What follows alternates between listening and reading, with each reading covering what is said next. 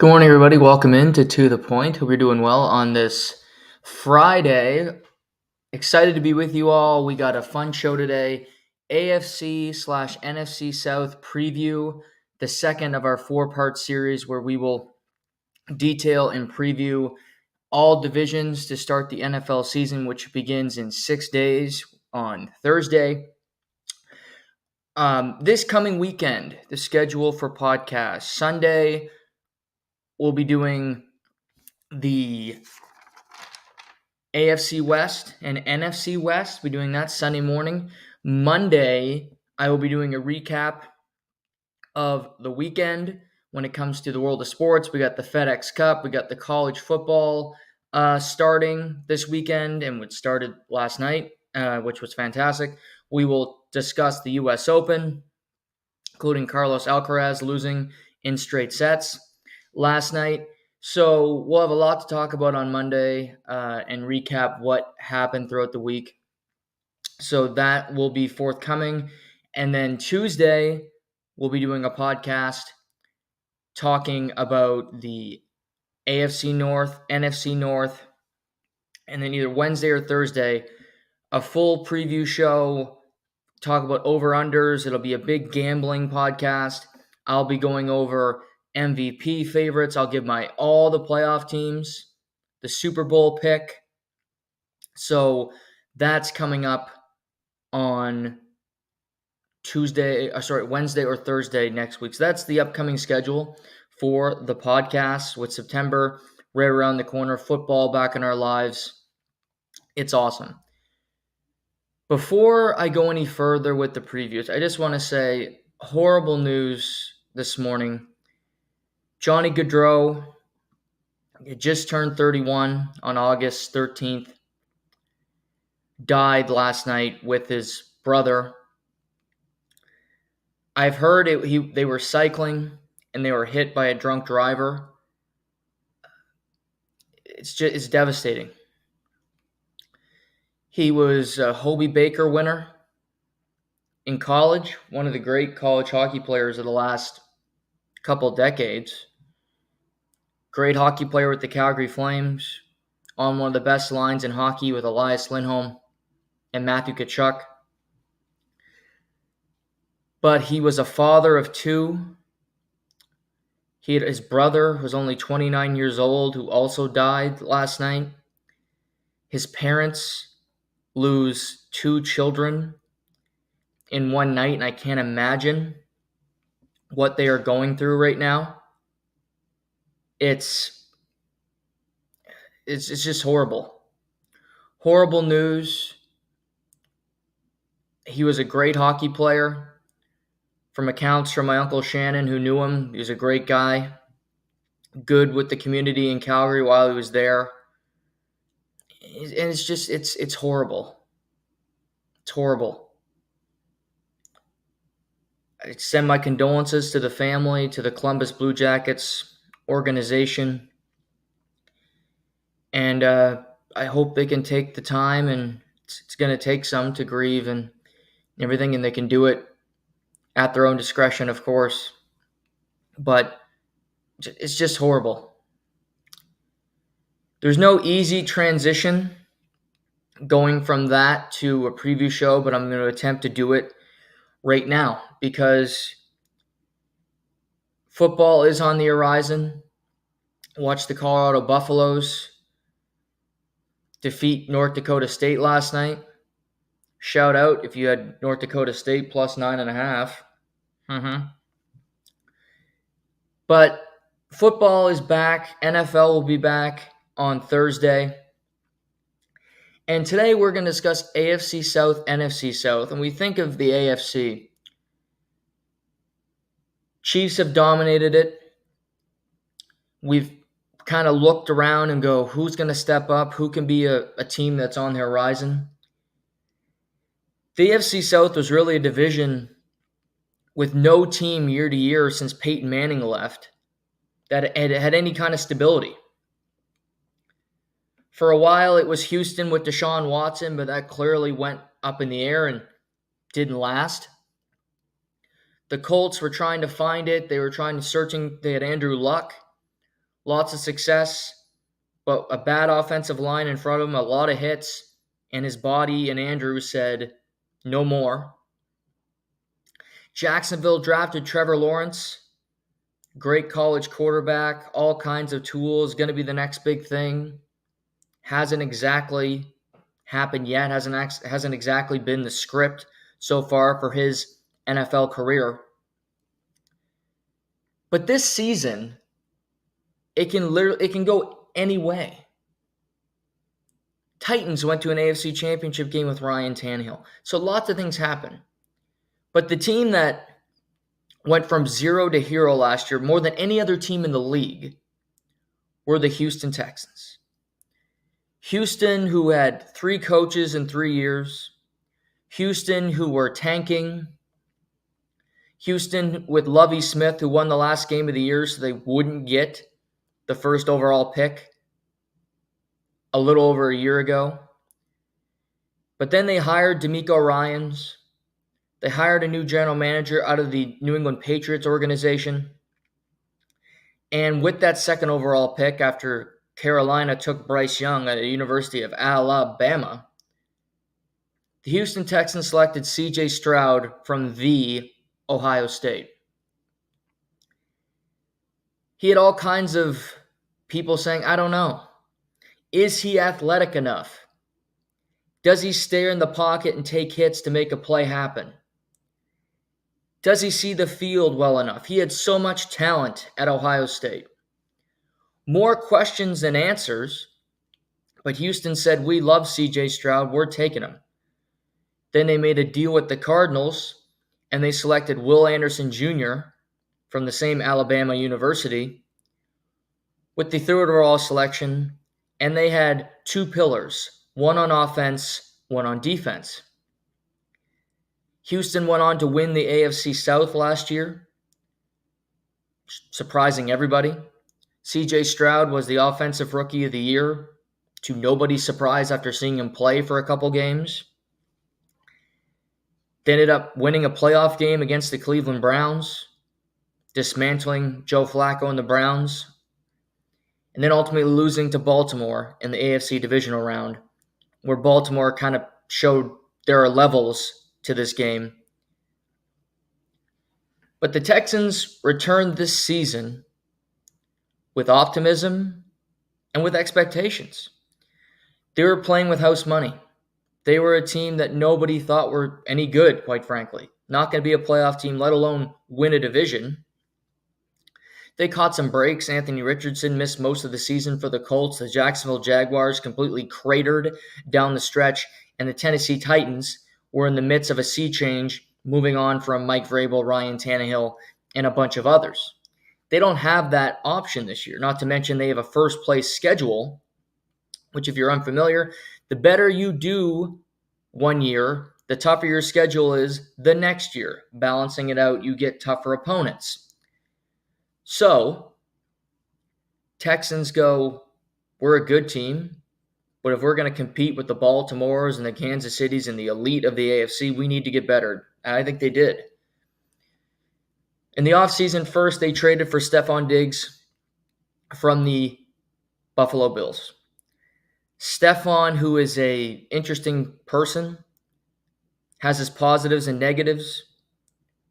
His detractors would say that he forced Josh Allen to throw him the ball. Some might say Stephon Diggs is that good you should throw him the ball.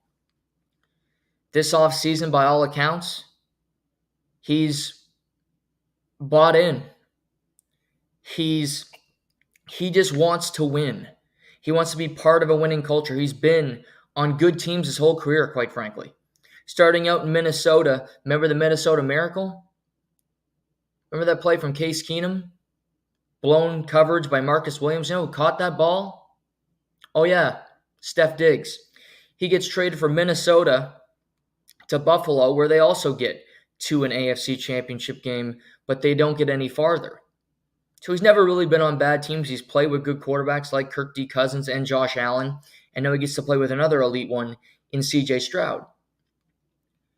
You look at it, you have Stephon Diggs, pairing him with Tank Dell, who was a rookie last year that jumped on the scene, unfortunately was lost to injury. Nico Collins, another guy that had been around the league, had opportunities, but finally had the opportunity to shine and really show people what he's made of, and he was great.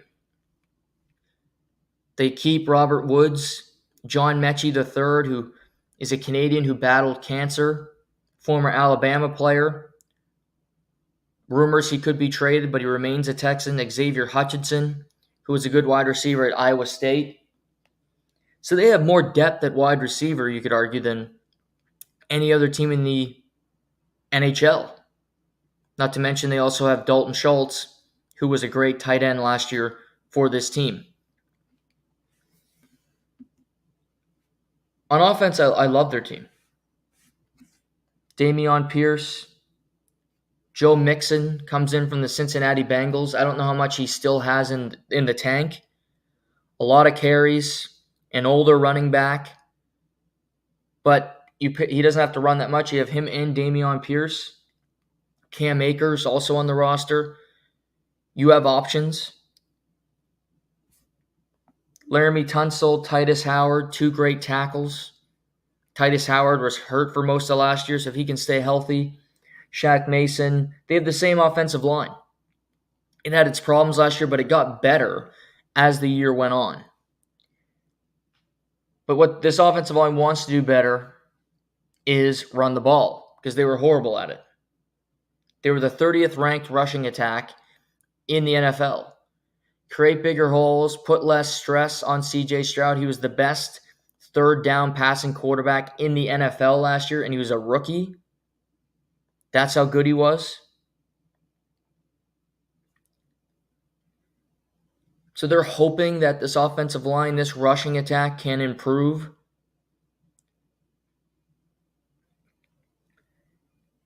But you want that to improve, of course. But I also look around and go, this defense got better. I mentioned Will Anderson Jr., one of the pillars of this team, on the edge. Well, on the other edge, they signed Danielle Hunter from the Minnesota Vikings. One of the more underrated players in the league, has been elite at his position for a very long time. He gets 2 years, $48 million, fully guaranteed to come to Houston. Not to mention, they bring Danico Autry over from the Indianapolis Colts, an in-division steal. Azeez Al-Shahir, also a Colt, comes over. Derek Stingley Jr. looks healthy. Could he have a great season?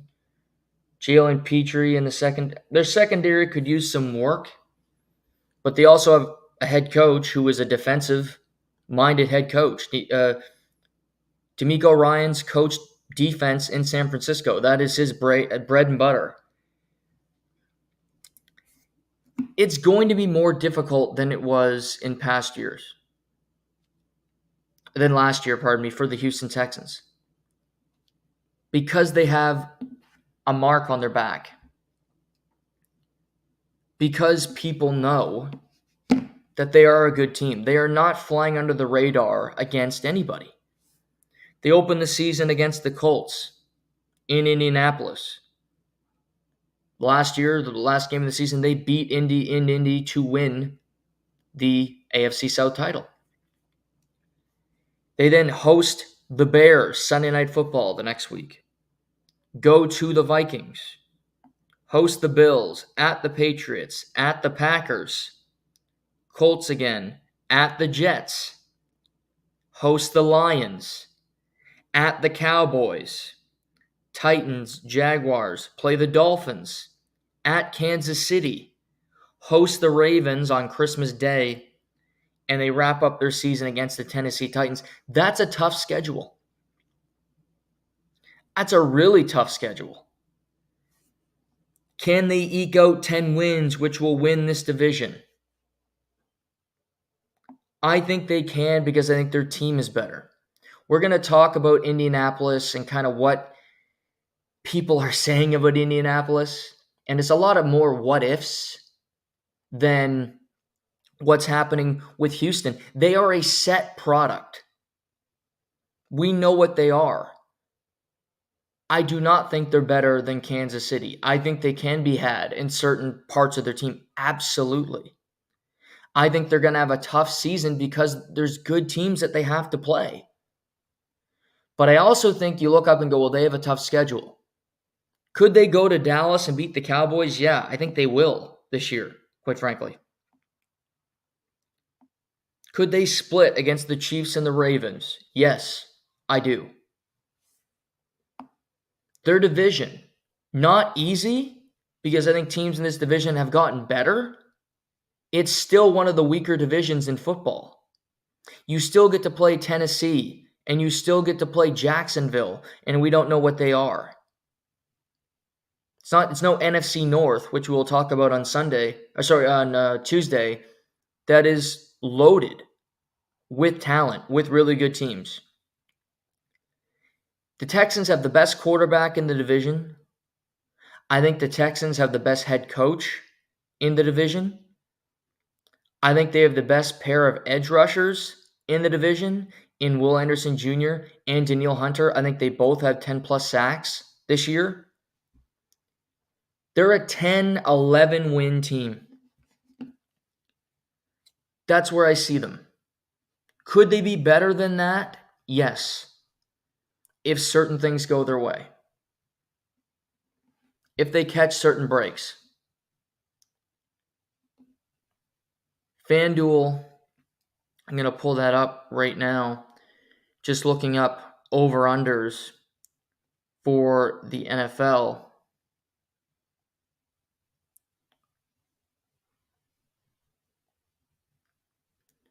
Most regular season passing yards, CJ Stroud's the favorite right now. So, if we go to Houston Texans, they're at 9.5. Right around 10. That's what I'm thinking. That's their season. You can get over 9.5 right now, minus 144. We'll talk about this more on Wednesday or Thursday next week when we get into the weeds of these over-unders. Tougher season, tougher schedule because they were a good team last year. Teams will be ready for them. But I think we also got to remember, CJ Stroud's one of the best quarterbacks already in the NFL. Already. People laud Jordan Love, and Jordan Love's great. CJ Stroud might be better. Let's go to the team that was one win away from winning the AFC South last year, and that was the Indianapolis Colts. Indianapolis, despite the fact that they lost Anthony Richardson in Week 4, and despite the fact that had a number of injuries on their defense and things could have went completely wrong in Shane Steichen's first year as head coach, he kept them on the straight and narrow. Gardner Minshew came in at quarterback, played adequate. They won some important games. They beat Jacksonville a couple times down the stretch. And they were one win away from winning the AFC South. But they lost to the Texans on Sunday Night Football. And with that loss, losing the division and missing out on the postseason. Now, going into this year, I think the Colts have optimism. Anthony Richardson is healthy, shoulder surgery, back under center. And I think a lot of people in that organization believe that they have their version of Cam Newton. He is this freak of nature athlete, a huge man, and he's going to be their saving grace. He's going to run the football. He's going to throw the football. They're going to be a physical team, and I think that's what they're banking on.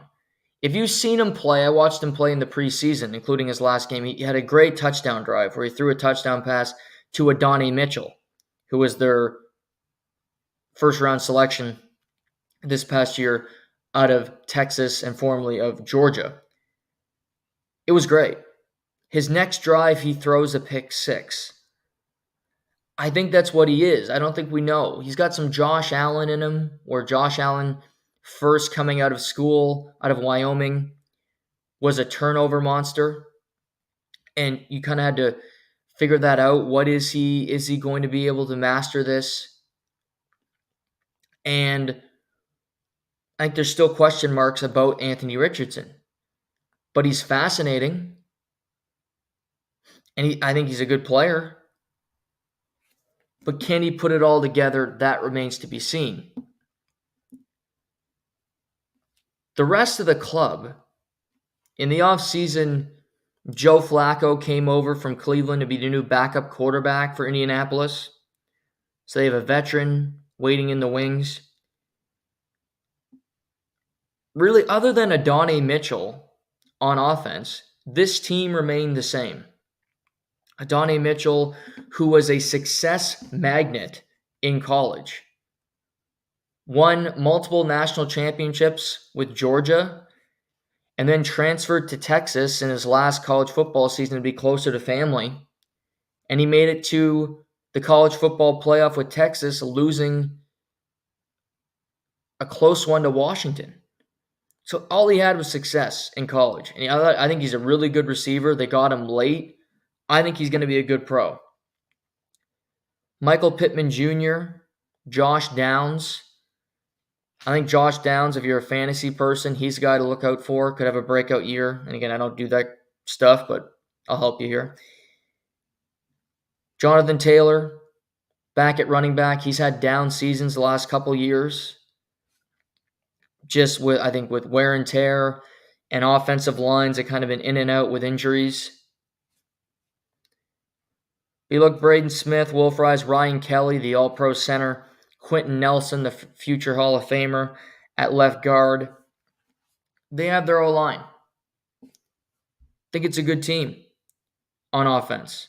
I think it's got a lot of potential to get better as well as they mesh and as Anthony Richardson gets more and more reps. On defense, Kwity Paye, DeForest Buckner is a force. He wreaks havoc. Grover Stewart. I think their defense is okay. I don't think it's anything special.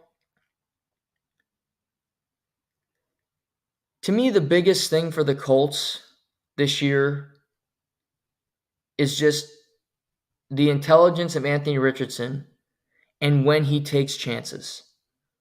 When are you going to take off running? When are you going to check it down? Do you have the wherewithal to slide? Those are questions that have to be answered, and they can only be answered in games. When he has that position, if he takes a huge hit and he goes down, then it's a complete disaster.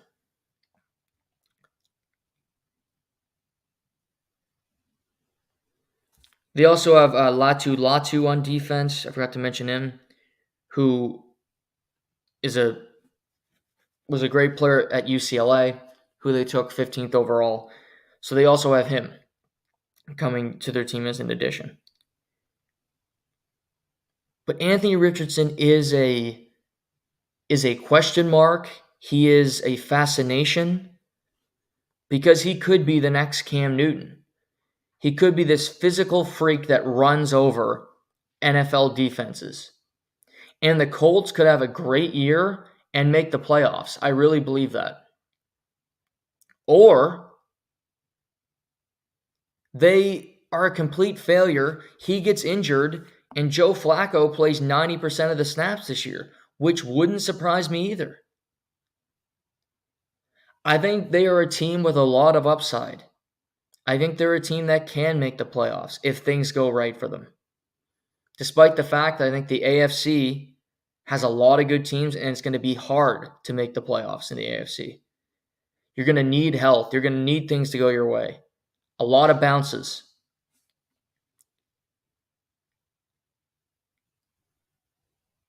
But if the offensive line can stay healthy alongside Anthony Richardson, this team had a good season last year. They didn't have as good a season as Houston. So their schedule reflects it. Colts, let's look at their schedule. They open against Houston at home, go to Green Bay, host the Bears, host the Steelers, at the Jaguars, at the Titans, host the Dolphins, at Houston, at Minnesota, host the Bills, at the Jets, Lions, Patriots, Broncos, Titans, Giants, that's a nice game to have, and they finish against the Jaguars. It's easier. There's tough games in there, but it's easier. I think the Colts could contend for the division, but they need a lot to go right for them. They need a lot to work. Will it? I'm not so sure. I have my doubts. They're a fascination team. To me, they're not a team built on really security or like just you have a feel about them. It's not, oh, this team can do it, because we've seen them do it. It's, oh, well, maybe they could do it. We'll see. Fascinating team, and I'm looking forward to watching them. Texans Colts is a very good week 1 game for me, a week from Sunday. Let's go to Tennessee. Talked a little bit earlier, the Tennessee Titans moving off of Ryan Tannehill last year, moving off of Mike Vrabel, letting Derrick Henry go in the offseason to the Baltimore Ravens, letting Danico Autry leave the team, cutting Sean Murphy-Bunting. It was a full reset for the Tennessee Titans. They had the era of Derrick Henry and Tannehill and Vrabel where they got to an AFC Championship game. They had some success, but they want to move in a new direction. They drafted Will Levis last year. He played a lot down the stretch. He showed some good things. He showed some bad things. He's another guy that I think is pretty good. I'm not saying he's an elite quarterback, but I think he can play a little bit, Will Levis, the Kentucky quarterback. They bring in a new head coach in Brian Callahan. His father is one of the best offensive line coaches in league history. So they're hoping they can improve, and they were very active this offseason. Bringing over Tony Pollard, formerly of the Dallas Cowboys, signing Calvin Ridley away from the Jacksonville Jaguars. We'll get to that about Jacksonville in a minute. Giving him big money. Tyler Boyd comes over from the Cincinnati Bengals, the longtime Bengal, really Mr. Bengal. Was with that team a long time. He now becomes a member of the Tennessee Titans. Kenneth Murray Jr. from the Chargers on defensive middle linebacker. Jamal Adams, formerly of the Jets and the Seahawks, comes over, and they offer sheeted L'Jarius Sneed, the corner from the Kansas City Chiefs, and he comes over as well. He was their biggest spending in the offseason, bringing him over, adding him to their defense. So they were active. They wanted to bring in pieces, and I applaud them for it. I don't know if it was money well spent, however, because, by the way, they also brought in Mason Rudolph, formerly of the Steelers, to be their backup quarterback. You look at this team and you go, it's not that bad on paper. Tony Pollard, solid running back. Tajay Spears, formerly of Tulane, behind him. Decent running back room. They can do a bunch of different things. They're really, both of them are great at catching the football out of the backfield, which is really one of the better skills in today's NFL. Okay, you can run the football right down the middle. Can you catch? Yes? Okay, check. Look at Christian McCaffrey and why he's so valuable. Calvin Ridley. Calvin Ridley was suspended for a full season for gambling. We know that. But despite, other than that fact, he's pretty good in Carolina. He played in Jacksonville last year. We saw him because he played against us a lot. He had over 1,000 receiving yards last year, 76 catches, 8 touchdowns. Those are decent numbers. That'll help us, sure. DeAndre Hopkins. DeAndre, first year with Tennessee last year, a lot of time in Houston. Also had over 1,000 yards receiving, 75 receptions. He basically had the same numbers as Calvin Ridley, one less touchdown. So you go, well, we have 2 1,000 yards receiving guys on this roster. Tyler Boyd, he might be the best number 3 receiver because he knows he's a number 3 receiver. He had 667 yards receiving last year for the Bengals. 762 the year before, 828. He's been a 1,000-yard receiver, but he's used to getting 65 catches a year, around there, 60 catches. He won't be mad if he's not the number 1 target here in Tennessee. Okronkwo at tight end, I think there's a lot of untapped potential there. I think he's a good player. Not to mention you have Treylon Burks, who was a former first-round pick, who's still, I saw him look good in the preseason games. I think he could have an impact. Was good in college. Had a nasty injury his first year, we'll see. You look at it and go, that's not bad. Talent there. And Will Levis, according to me, is pretty good. He's not Patrick Mahomes. He's not Lamar Jackson. But do I think he has a better chance of having a better career than Anthony Richardson just because of health alone? Sure. I think this Titans team is better than people are giving them credit for, is what I'm driving at here. I like their offensive pieces. Their offensive line could be better. Peter Skoronski, formerly of Northwestern, good ad last year, was a good draft pick. But it's an offensive line that have played in a lot of different places. It's not great. Defensively, I love Jeffrey Simmons, one of the better DNs in football.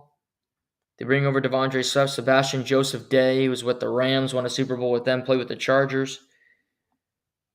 I mentioned L'Jarius Sneed, Quandre Diggs. You have Ernest Jones, who just got traded from the Rams. He led the NFC in tackles last year. So I think this division is compelling because I do not believe the Titans are going to win the AFC South. But do I think it's crazy to say going into the season that they have no chance to win the AFC South? No, I don't. I think they could. I think it's unlikely, but do I think it's a 0% chance? No. Because I think Houston, while being a better team, has a tougher schedule, X on their back, and Tennessee's going and just playing free.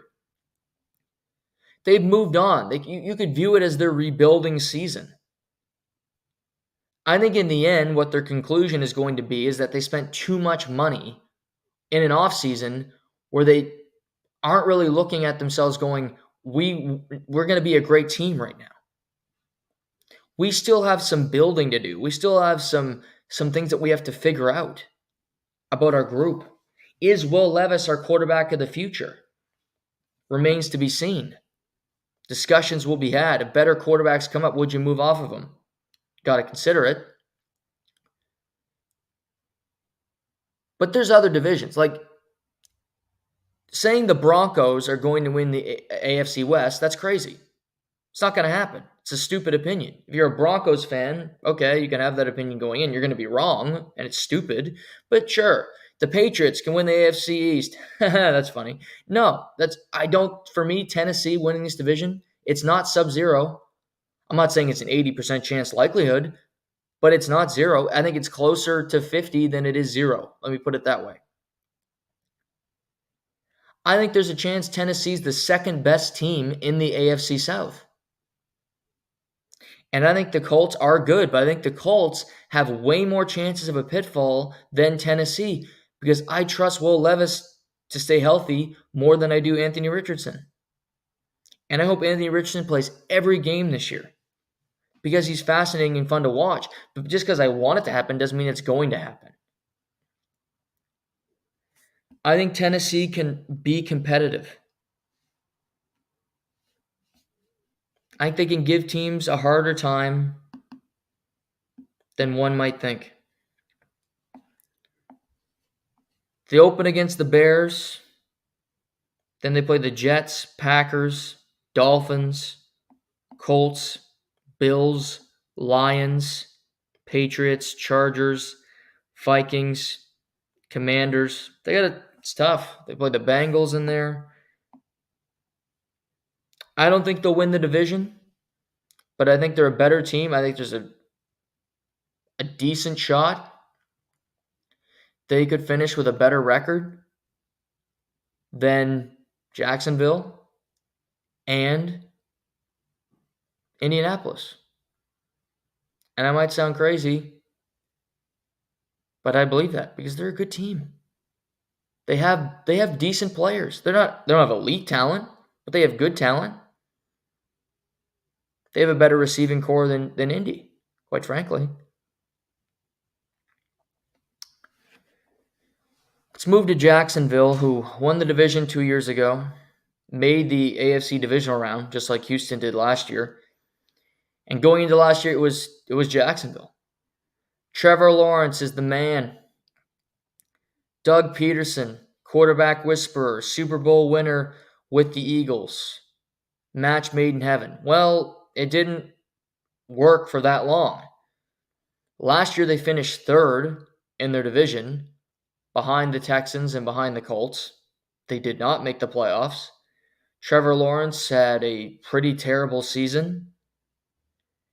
And now they're kind of look around going, well, Doug Peterson's still the head coach. Press Taylor is still the offensive coordinator. They lose Calvin Ridley to the Tennessee Titans. They lose Zay Jones to the Bills, I believe. So it was an off-season of reflection, but also not making big changes. They draft Brian Thomas Jr. out of LSU, who can flat out fly, and that's a good addition. They had Eric Armstead, who's a beast and can just destroy offensive lines. Love him. Gabe Davis comes over from the Bills. Woof. People in Buffalo do not like themselves some Gabe Davis. Love to drop the football. Love to run the wrong routes.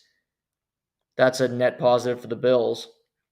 Mitch Morse, the former Bills center, comes over to Jacksonville, and they bring over Mac Jones to become the new QB2.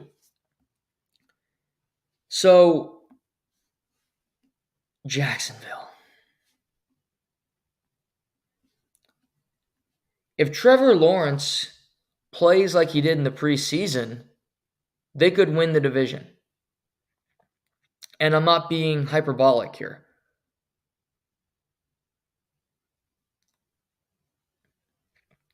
I love Evan Ingram as a tight end, in particular in the red zone.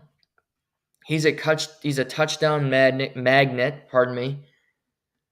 Him and Trevor have a great rapport, and I just think he's great, in particular in that area of the field. Christian Kirk went down last year, and it did change the offense for the Jaguars. He's the go-to guy for Trevor. They have a great connection, and he wasn't available. Gabe Davis, we've been over that, don't love that. Brian Thomas Jr., a rookie, really fast. I think he can be a big play guy for the Jags. Bring over Devin Duvernay, who's more of a punt return specialist for Baltimore. Travis Etienne Jr. remains the running back.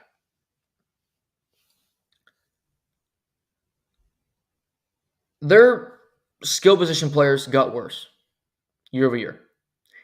I wouldn't have wanted to give Calvin Ridley the money that Tennessee did. I think it's a good decision that they didn't, quite frankly. So he got like $92 million, 4 years, $92 million.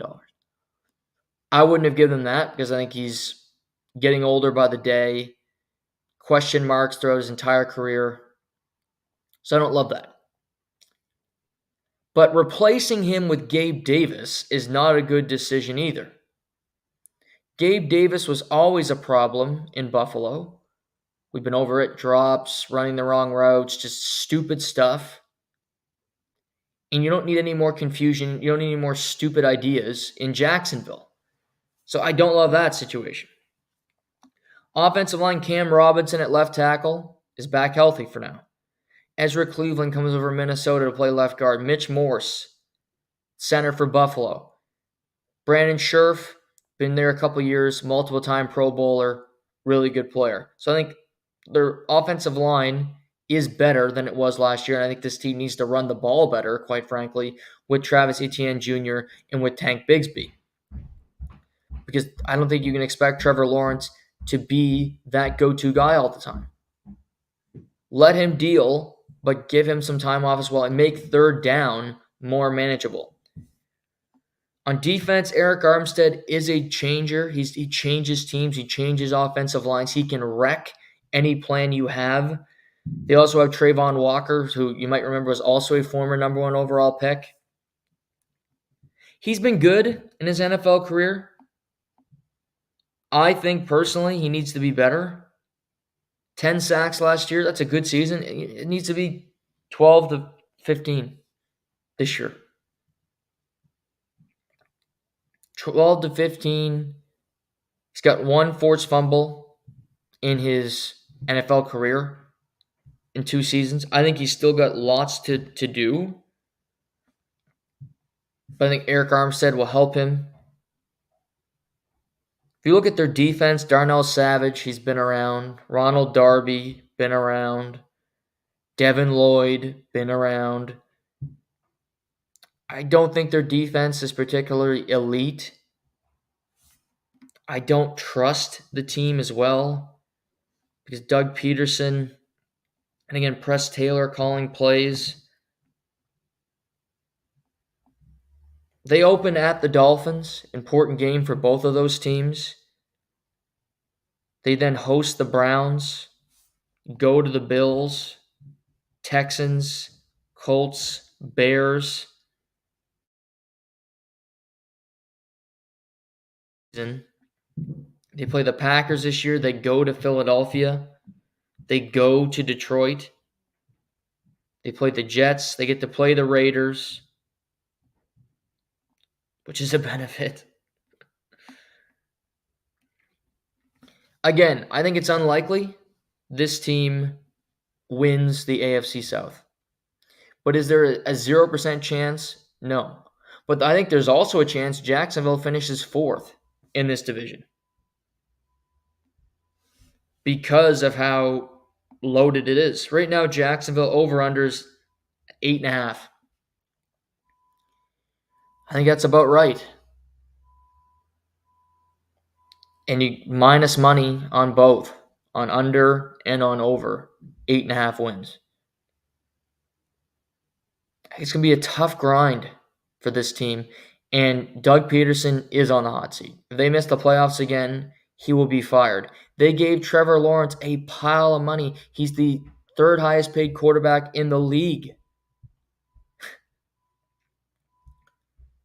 So he needs to play well.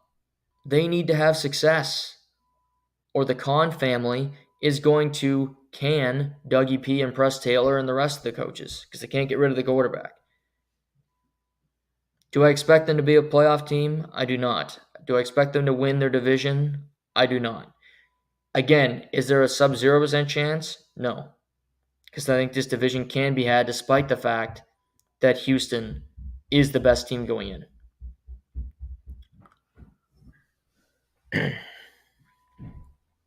But that's the AFC South.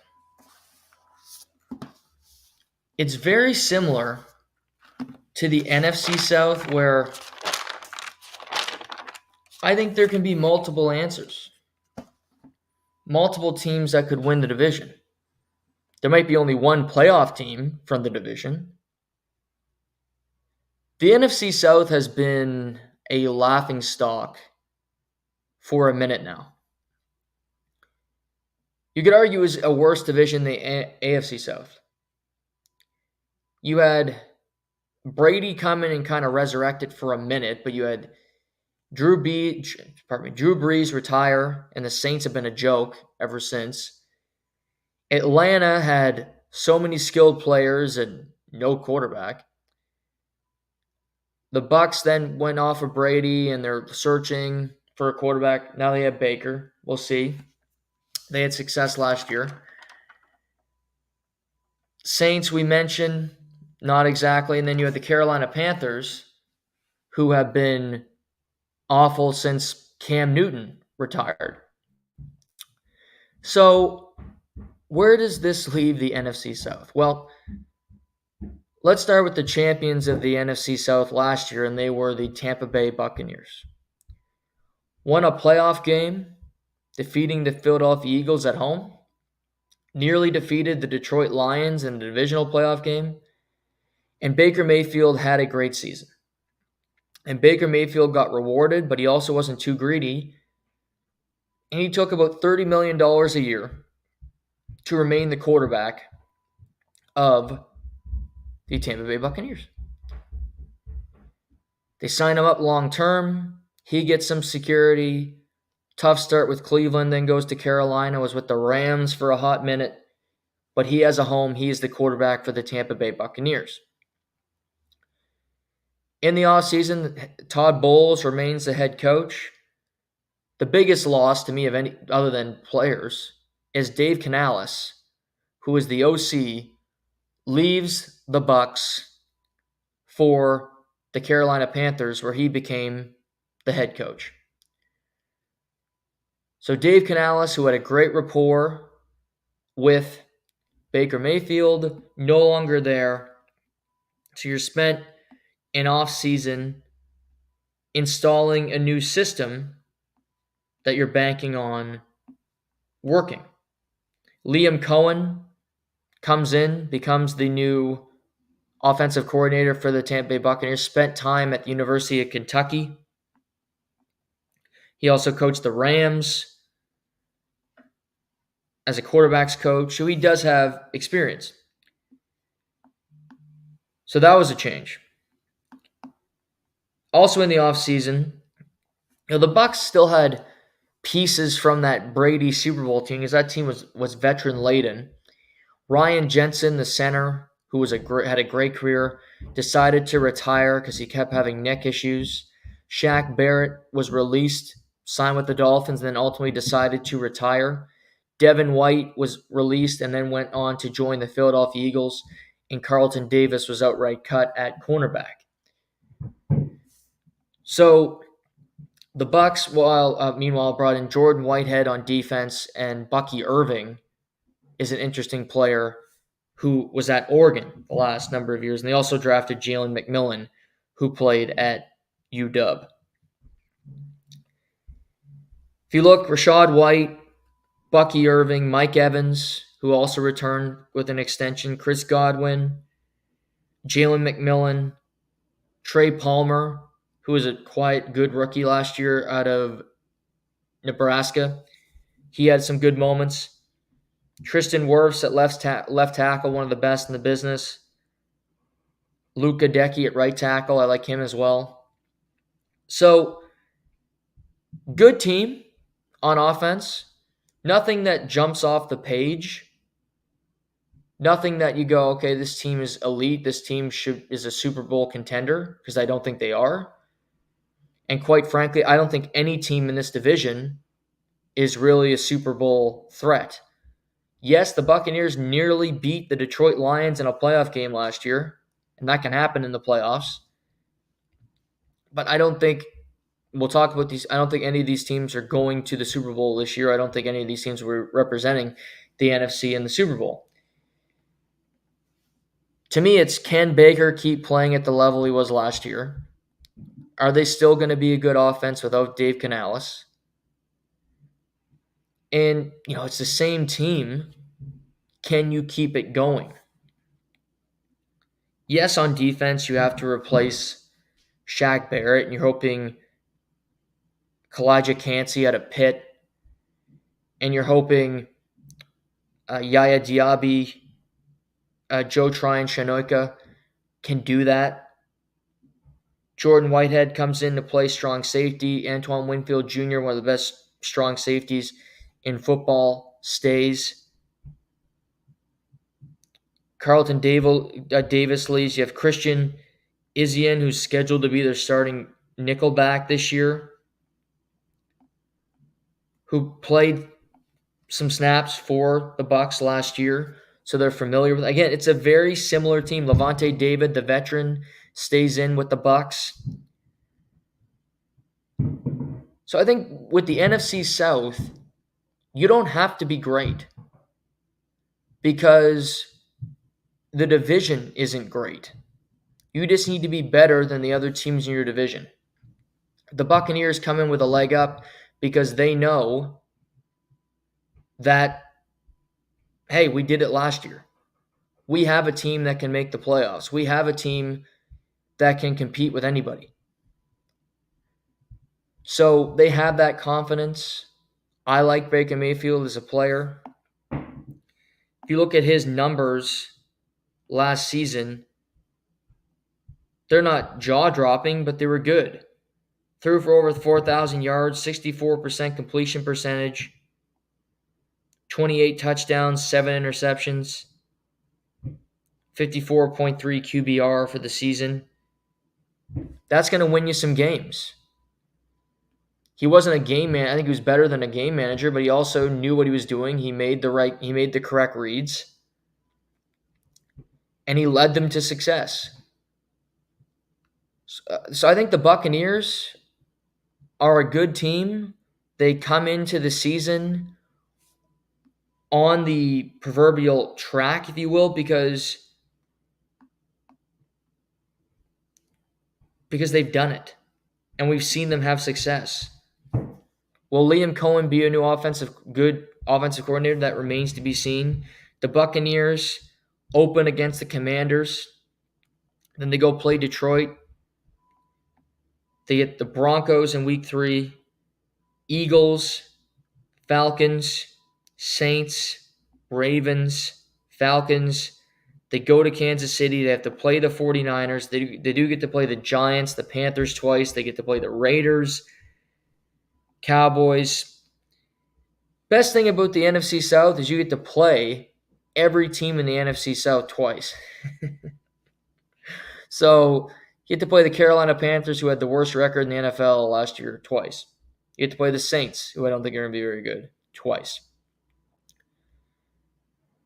To me, the Bucs, it's either going to be the Bucs or this next team that are going to win the division. One or the other. And that other team is the Atlanta Falcons.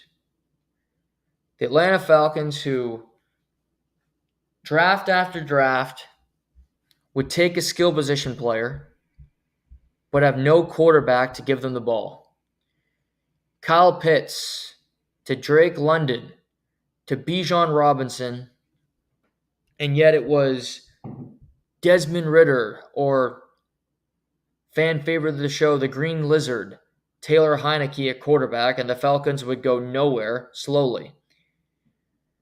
Well, this offseason, they fired their head coach, Arthur Smith. They shipped off Taylor Heineke. They shipped off Desmond Ridder to Arizona, and then he was cut by them in training camp. And they gave big money to Kirk Cousins. Kirk Cousins leaves Minnesota, joins the Atlanta Falcons. His wife is from Atlanta. And he goes home for her, and he joins a team full of great skill position players. We just mentioned it. Drake London, Kyle Pitts, Bijan Robinson, one of the most electric young players in all of football right now. They had Darnell Mooney in the offseason from Chicago Bears, who can spread the field and could be a big game player as well. So it's intriguing. An offense that should be really good. Kirk Cousins, who is a good quarterback. But then in the draft, with the 9th overall selection, you go, okay, we could add a really good defensive player here. Latu was on the board. We We potentially could get an offensive lineman to help out. They draft Michael Penix Jr. out of the University of Washington. A shocking pick because they had just signed Kirk Cousins up for $100 million. And you go, why? Michael Penix Jr. is 25 years old, played over 6 seasons in college, has a ton of experience. But if you wanted Michael Penix Jr. that badly, why did you sign Kirk Cousins? Now they can try to justify it and go, we're trying to be good now and be good later. And yet it still doesn't make a whole lot of sense because you can improve your team if you think you're good now, not to mention you play in the weakest division in football. So why get a quarterback when we get an offensive lineman? But Penix is the only other quarterback on the roster. So if Kirk Cousins goes down, then it's Michael Penix coming in, and he'll probably look pretty good because he did in the preseason. But this team has potential. Kyle Pitts, I said, Ray McLeod, Darnell Mooney, Drake London, Bijan Robinson, Tyler Algier, who I expect to run the football a lot and get catches. The Falcons on offense could be explosive, and they could be a top 10 offense, truly. Because Kirk is a good quarterback. Kirk can make things happen. He was successful in Minnesota. Yes, they weren't elite teams, but that wasn't all his fault. Some poor defenses, some poor roster construction, fumbles, things of that nature that just didn't go their way. He's going to have an easier time making the playoffs in Atlanta than he did in Minnesota. That's for sure. Because there's no Green Bay in this division. Yes, Tampa is a good team, but Tampa is not the Green Bay Packers. They don't have that pedigree. They're not the challenge of it, quite frankly. So offensively, the offensive line could be an issue, but I expect them to be explosive. I expect this team to take shots down the field and be a top 10 offense in football. On defense, they trade for Matthew Judon from the Patriots. He wanted a new contract. They didn't want to give it to him because they're going through a rebuild. Makes sense. Matthew Judon is a really good player, good team guy. He didn't ask for a trade out of New England. That's not his style. Only played 4 games last year because he went down with an injury, but he had 4 sacks in 4 games. Previous 2 years, he had 15.5 and 12.5 for the Patriots. So he's an elite guy. Grady Jarrett remains a Falcon. Talk about another productive pass rusher. Last couple of years have been down for him. 6 sacks, 1.5. But he's good at stuffing the run. A.J. Terrell, they just re-signed the cornerback who's elite. Justin Simmons, former Bronco, All-Pro, coming in to play strong safety alongside Jesse Bates Jr. III to play free safety. Falcons or Bucks, it's one of those 2 teams to win this division. I think Atlanta can. I really do. I think the Bucks have a leg up, but Kirk's better than Baker when it comes down to it, to me anyway. And I like Baker Mayfield. And I like the offensive pieces a little bit more on Atlanta than I do on Tampa, despite the fact that Mike Evans might set a record this year for most 1,000 yards receiving seasons consecutively. He's looking for number 12 this year, which is incredible. And I think Raheem Morris is a good head coach with the Falcons. Was a really good defensive coordinator for the Rams. He was defensive coordinator of the Rams when they won the Super Bowl. This is his second chance to be a head coach, just like Todd Bowles. Todd Bowles getting an opportunity for the second time with Tampa when he was the head coach with the Jets. So there's connection. They're both defensive coaches, so there's also a connection there.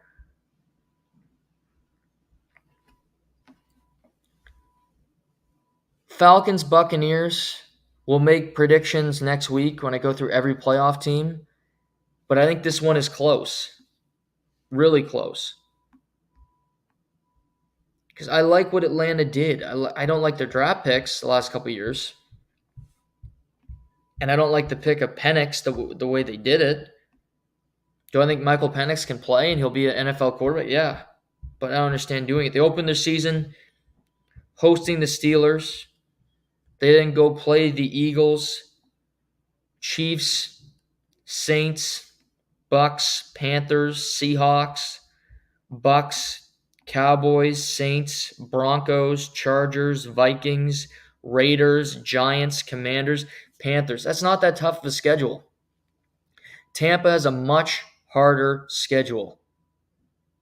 That's something to remember when you evaluate these things and you go on over-unders and things of that nature. How good are these teams going to be? Who do they have to play? Oh, yeah, you get to play this team who isn't all that good. Oh, yeah, that's kind of an advantage, isn't it? Atlanta over-unders at 9.5 right now. And just to compare, the Tampa Bay Buccaneers, 7.5. So clearly, smart money's coming in on the Atlanta Falcons to win the NFC South this year. Because they do have a much tougher schedule. And sometimes that's just what comes into it. Maybe Atlanta's not a better team. But when you get to play the Raiders, and you get to play the Panthers and all these crap teams, the Giants, who I don't expect to be good, it's an advantage. You have to look into it. Let's move to New Orleans with the Saints. The Saints are Groundhog Day. No salary cap flexibility, so you can't do anything. You're waiting around going, oh yeah, they're still paying Dennis Allen to be their head coach. I can't believe that. Derek Carr is still their quarterback. Great. Taysom Hill is still a tight end / running back on this team. Okay. What else? Well, Michael Thomas is gone, finally. That's good, I suppose, because he was always, when he was healthy, he was great. When he was injured, which was always, he wasn't. Kind of a pain in the ass. Alvin Kamara, still a member of the Saints. So is Jamal Williams. Chris Olave, I think, would be a good receiver if he played with a good quarterback. No offense, Derek Carr. Juwan Johnson, A.T. Perry, Rashid Shaheed, who's pretty good, actually. Eric McCoy, good center. Cesar Ruiz, Trevor Penning. Offensive line, solid, very good. Their defense, I always like. Cam Jordan, stud, could be a future Hall of Famer. Carl Granderson, very good. Re-signed him in the offseason. I like him. Demario Davis, still one of the best middle linebackers in football, despite the fact that, let's see how old Demario is now. I don't even care. He's that good. 35 years old, Demario Davis. He's still balling out. Played every game last year. 121 total tackles, 74 solos, 6.5 sacks, 1 forced fumble. I mean, this dude he's just the best of the best. Willie Gay comes over from the Chiefs. Still have the Honey Badger, Tyrann Mathieu. Marshawn Lattimore remains one of the better corners in football. He remains one of the few interesting parts of this team. I don't think this team's doing much. I think this team's defense will be good because it always is. I expect the Saints to fire Dennis Allen after this season because I don't think they're going to be a playoff team. I don't think they're going to be that competitive. They also brought in Chase Young. We'll see how he can do. Here's my prediction for this team. They have 2 quarterbacks behind Derek Carr right now. Jake Haener, who was an interesting player, played at Fresno. 25 years old. So far hasn't taken a snap in his NFL career, just preseason. And they also have Spencer Rattler, who's 23, who played at Oklahoma.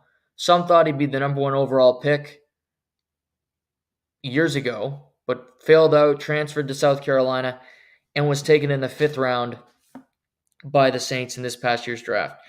I think one of the two quarterbacks, more likely Spencer Rattler, will play games for the Saints this year, not just because of injury to Derek Carr, which is always a possibility, but because of his play.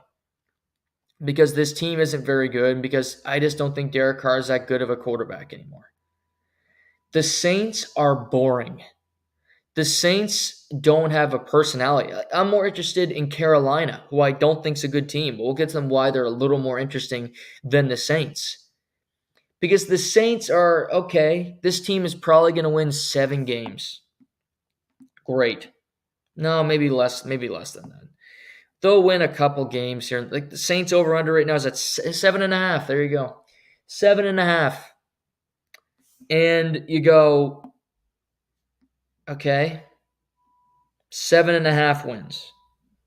Why do I care? I don't. There's no real reason to watch the New Orleans Saints. I love the Bayou. I love when they have the Super Bowls there. They're never in them, but when they have the Super Bowls there, interesting. They open against the Panthers. Then have the Cowboys, Eagles, Falcons, Chiefs, Buccaneers. Those first 5-6 games, how many of those did they win? It'll be a tough start. Chargers, Panthers, Falcons, Browns, Rams, Giants, Commanders, Packers, Raiders. They don't have a tough schedule. But because they're not that good of a team, they fit into that. Well, all those teams going in there believe that they can beat the Saints too. They're a surprise team every year. I don't think the Saints are going to be one of them. I don't think they're talented enough. What will be interesting if they do make a quarterback change to see if Spencer Rattler or if Jake Haener can play at the NFL level. Otherwise, I would take the Saints under 7.5 wins. I would hammer that right now because I think that number is going to go down as we get closer to the start of the season. I don't think they're winning 7 games. You think they're going to win 8 games? Yes, they play in a crap division. We'll get to this. They're not much better than the Panthers. Their defenses, but offensively, how are they going to score points? Saints, snooze fest, one of the bigger snooze fests for me in the whole league. Finally, we get to Carolina. Carolina, who had the number 1 overall pick in the draft, but they traded all their stuff the year before to Chicago so that they could take Bryce Young. So Chicago got Caleb Williams. Carolina did not. In the offseason, Carolina was active. Middle of last year, they fired their head coach because it was just a disaster and their owner just likes to fire people left and right. So they bring over Dave Canales, who is the offensive coordinator of the Buccaneers, as we mentioned earlier. They also traded for Deontay Johnson from the Steelers, a trade I like. Robert Hunt comes over from the Dolphins. They give him big money to join their offensive line. They also bring over Damian Lewis. They signed Jadeveon Clowney to join their pass rushers. So I liked what they did with their offensive line. The biggest key for them this year is to keep Bryce Young upright. They need to give this kid a fair shot to prove that he is either going to be a good player or he just can't play in the NFL. He's going to be a bust number 1 overall pick. It's a mistake, and you move on. Because last year we really didn't get a great sense of it because, quite frankly, the team was dreadful. He didn't look ready to play, and he took some big hits as well, which wasn't great. So it was a disaster year, just to make it simple, for Carolina. And you don't get Caleb Williams, who's this prospect that everybody wants. So, not good. But I like what they do to their offensive line. I like the fact that They bring over Deontay Johnson, who was good in Pittsburgh, caught a lot of balls, didn't catch touchdowns, but did a lot of good things. Adam Thielen remains in Carolina. Jonathan Mingo from Ole Miss. Tommy Tremble at tight end. They drafted Jonathan Brooks out of Texas. He's out at least the first 4 games.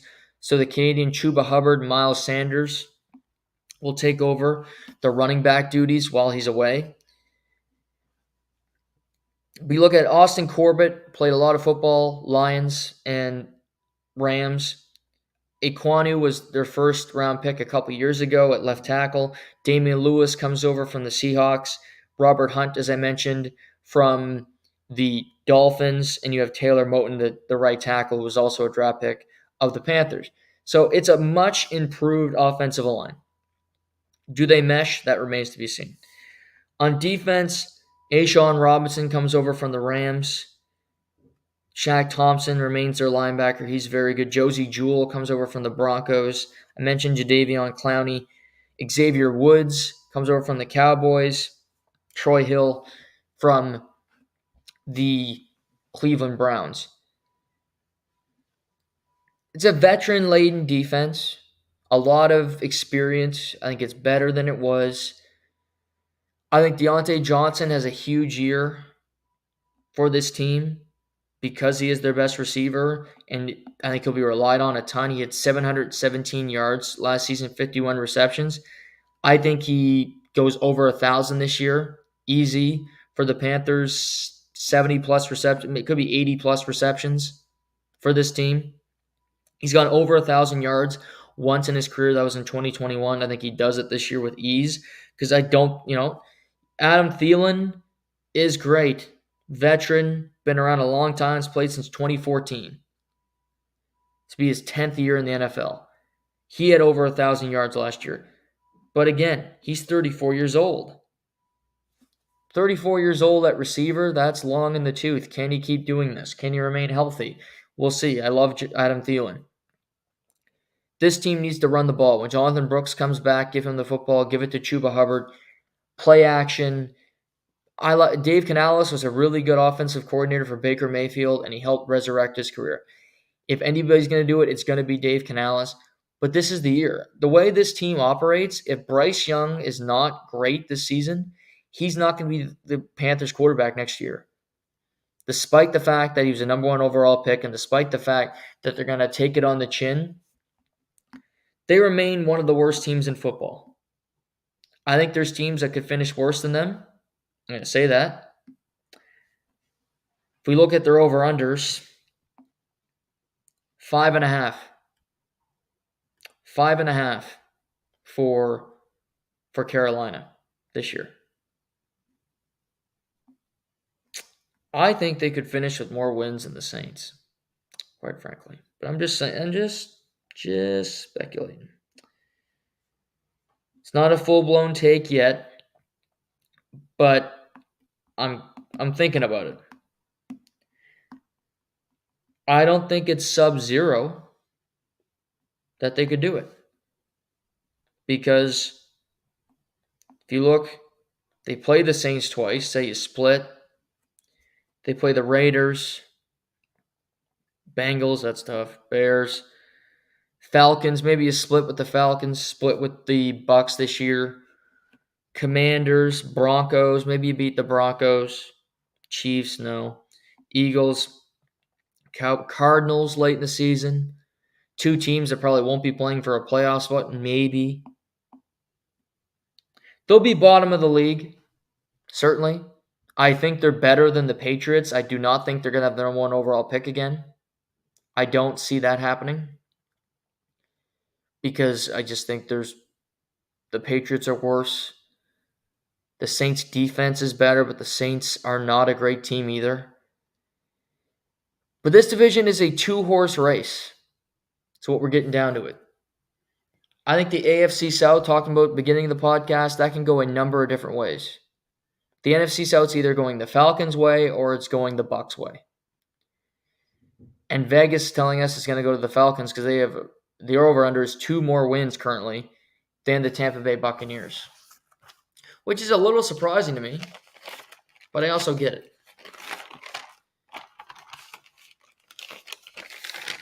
On Sunday, we'll be chatting AFC West and NFC West. It's a lot of fun. We'll talk about the Kansas City Chiefs as they begin their trek for a third straight championship, which would be historic. We'll also look at the NFC West, which is two really interesting divisions that we'll look at on Sunday. Monday, which is Labor Day, we'll do a recap of the weekend. And then Tuesday, we'll be doing AFC North, NFC North, and then the full preview show, likely Wednesday or Thursday, to really get the season kick-started, over-unders. We're going to look at a bunch of different things, Super Bowl picks, every playoff team in the AFC and the NFC. So that is forthcoming. This weekend, college football. Watched Colorado last night defeat North Dakota State barely. Watched North Carolina defeat Minnesota as Minnesota missed a chance to win the game on a walk-off field goal. Carlos Alcaraz out at the U.S. Open in straight sets. That was a drubbing, just looked completely out of it. But you had some fun matches today with Ben Shelton playing Tiafoe on Ash. You also have Djokovic this evening playing Alexei Popyrin, who won the National Bank Open in Montreal. So he's has had a very good summer. So fun stuff today. Fun weekend on tap. Happy Labor Day, everybody. We'll be back with you on Sunday. Have a great start to your weekend. Until then, I'm Noah Warren, and this is To The Point.